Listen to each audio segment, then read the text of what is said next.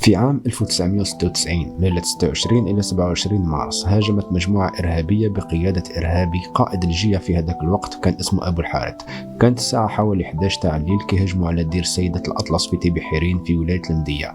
الدير هذا تأسس وقت الاستعمار وكانت فيه طائفة سيسترسية وامتنعوا عن التبشير في أواخر الخمسينات وخيروا يبقوا في الدير ويعيشوا مع الجزائريين حتى بعد الاستقلال.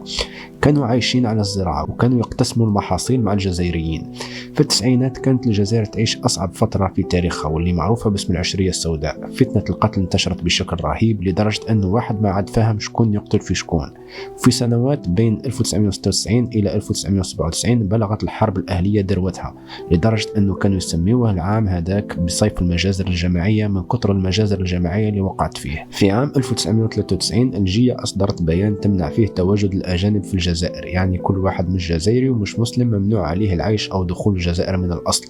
واللي كانوا عايشين في الجزائر عطتهم مهلة لغاية 1 ديسمبر لمغادرة التراب الجزائري نهائيا وإلا راح يتعرضوا للقتل. بور بزاف ومسيح هربوا من الجزائر في هذيك الفترة، بصح كاين بزاف تاني اللي خشنوا روسهم وتحدوا بيان الجية وقعدوا في الجزائر. حتى في عام 1993 اختطفت الجية 3 فرنسيين من قلب الجزائر العاصمة على 7 الصباح، هذا باش يثبتوا للحكومة أنهم قادرين يتوغلوا حتى في أحسن المدن الجزائرية في هذاك الوقت واللي هي العاصمة، ويختطفوا 3 أجانب من دارهم ويعديوا بهم في البراجات اللي كانت منصوبة وقافلة مداخل ومخارج كل العاصمة آنذاك. وجات من وراء حادثة الاختطاف هذه عدة حوادث اختطاف واغتيال رهبان ورجال دين مسيح. في 24 ديسمبر 1993 ماركو كونفورتا مهندس كرواتي كان هو و22 مهندس وعمال كرواتي يبنوا في نفق في تمزقيدة في ولاية المندية. في الليلة هذيك جاءوا إرهابيين وطلبوا منهم يخرجوا، بدأوا الإرهابيين يسقسوا فيهم شكون مسلم. كانوا كامل مربوطين يديهم ورا ظهورهم، ولحسن الحظ كانوا 10 منهم مسلمين قراوا عليهم القرآن وطلقوهم، و12 الباقيين ذبحوهم، منهم ماركو كونفورتا اللي ذبحوه 2 مرات. والصباح كي جا العسكر لقاوه مازال على قيد الحياة. في نفس الليلة هجمت مجموعة إرهابية بقيادة ساعي عطية وعلي بن حجر على دير تيبي حيرين بحجة أنهم يحتاجوا طبيب باش يعالج واحد من الإرهابيين كان مجروح، ومن ثم طلبوا الجزية من الرهبان وردوا عليهم من الرهبان قالوا لهم الطبيب يقدم لكم العلاج مثلكم مثل باقي الجزائريين، وفيما يخص الجزية قالوا لهم باللي هما ناس عباد وخاطيهم الأمور المادية. فالسائح عطية أعطاهم الأمان واعتبر علاجهم للإرهابيين الجرحى هو بمثابة الجزية. الأمان في الشريعة الإسلامية معناها مادامك تخلص في الجزية الشيء ما راح يمسك مادامك ملتزم بالقوانين اللي تفرضها الجية. في سبتمبر 1994 قامت الجية بإصدار بيان تمنع فيه القراية، وفي 1997 راح تصرى مجزرة تروح ضحيتها 10 معلمات وأستاذ في ضواحي بالعباس نتيجة هذا البيان اللي أصدره الشريف قوسمي في سنة 1994. الجية كانت حاكمة مناطق بزاف في الجزائر بيد من حديد لدرجة أن الدولة اختفت في كثير من القرى والمدن الجزائرية على حد قول الجنرال معيزة. كانت مسيطرة على كلش في المناطق اللي تحت إمارتها وتفرض قانونها الخاص على الجميع، واحد ما يمنع من عقاب الجية وسيفها كان محطوط على رقبة الصغير قبل الكبير. كانت تنفذ اغتيالات ضد كل من يعاديها ولا يوقف ضدها، سواء فنانين ولا صحفيين ولا مثقفين ولا حتى أئمة اللي وقفوا مع الدولة ضدها أو جرموا الأعمال اللي كانت تقوم بها. بعد ما مات شريف قوسمي الجماعة قامت بتنصيب جمال زيتوني واللي كان أكثر الأمراء راديكالية هو وجماعته اللي مدورهم به، أمثال فتحي بوكابوس الحارس الشخصي تاعو، وكذلك عنتر الزوابري اللي راح يكون الخليفة تاعو بعد ما يموت جمال زيتوني. جمال زيتوني حب يعلن الحرب على فرنسا وهو اللي نفذ عملية الإيرباص المشهورة حيث قاموا باختطاف الطيارة اللي كانت تنقل الدبلوماسيين الفرنسيين، وكذلك هو صاحب عملية الإيروير باري المعروفة بتفجيرات مترو باريس. حتى في يوم من الأيام جمال زيتوني جاته فكرة، قال كيف هادو الرهبان هنا في الجزائر لازم يا يخرجوا من الجزائر يا يدفعوا الجزية. قالوا له باللي هادو السائح عطية أعطاهم الأمان، قال لهم هما ما خداوش مني الإذن والسائح عطية اللي أعطاهم الأمان مات، فقرر يختطفهم. جمال زيتوني أرسل وفد لجماعة علي بن حجر يطلب منهم باش يعاونوه في عملية اختطاف الرهبان، ولكن علي بن حجر رفض الفكرة ومنع جمال زيتوني من العبور في المنطقة اللي كانت تحت سيطرة علي بن حجر.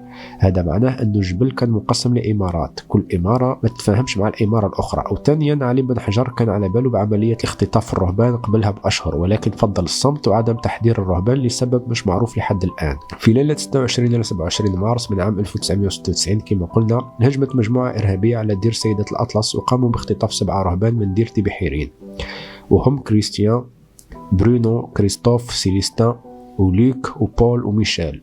وقامت المجموعة الإرهابية بنقل الرهبان من الدير إلى أعالي جبال بوغارا مشيا على الأقدام وعلى ظهور الحمير، وحطوهم في دار في الجبل يسموها الدار الحمراء. في نفس الليلة اختطفت المجموعة الإرهابية التابعة لجمال زيتوني 3 من أهالي قرواو، العربي بن مولود وأخوه وولد عمه، وحطوهم في نفس الدار مع الرهبان. العربي بن مولود هو الشاهد الوحيد اللي بقى على قيد الحياة كي حاولوا يهربوا في الليل، قتلوا أخوه وولد عمه ومنعه هو. وكي رجع العربي بن مولود في الهليكوبتر تبع الجيش ما لقاوش الرهبان، يعني الجية بدلت بلاصتهم ونقلتهم إلى مكان آخر. مجموع العسكر اللي ماتوا في التمشيط عن الرهبان هو 50 جندي جزائري حسب الرواية الرسمية. وصل خبر اختطاف الرهبان لفرنسا لجون شارل ماركياني حاكم مقاطعة لوفار، وهو بنفسه أكد أن الخبر صحيح لأنه جاء عن طريق مخبر يخدم معهم في الجية. هذا معناه أن الجية كانت مخترقة من عدة جهات أهمها الجيش الجزائري وفرنسا، وهذا الشيء اللي خلى الجية تنقسم من الداخل.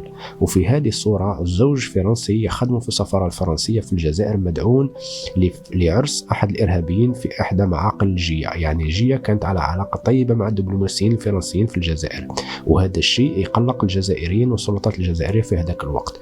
في فرنسا تدخل جاك شيراك رئيس فرنسا في هذاك الوقت بنفسه في هذه القضية وبسرية تامة، وكل هذه المهمة لجون شارل ماركياني حاكم مقاطعة لوفار السابق والمسؤول عن نجاح عملية تحرير الرهائن الفرنسيين اللي كانوا محتجزين في البوسنة. ألان جوبي الوزير الأول في فرنسا في هذاك الوقت كانت علاقته مع شارل ماركياني مش مليحة بزاف، ولهذا جاك شيراك أمر ماركياني بالتفاوض مع قيادة جمال زيتوني بسرية تامة بدون علم ألان جوبي وبدون علم السلطات الجزائرية، وهذا الأمر ترفض الجزائر وتعتبره تدخل في شؤونها الداخلية وتعدي على سيادتها. بمجرد تفاوض السفارة الفرنسية مع جمال زيتوني معناه أن فرنسا تعترف بتنظيم الجية، وهذه حاجة تقلق السلطات الجزائرية كما قلنا.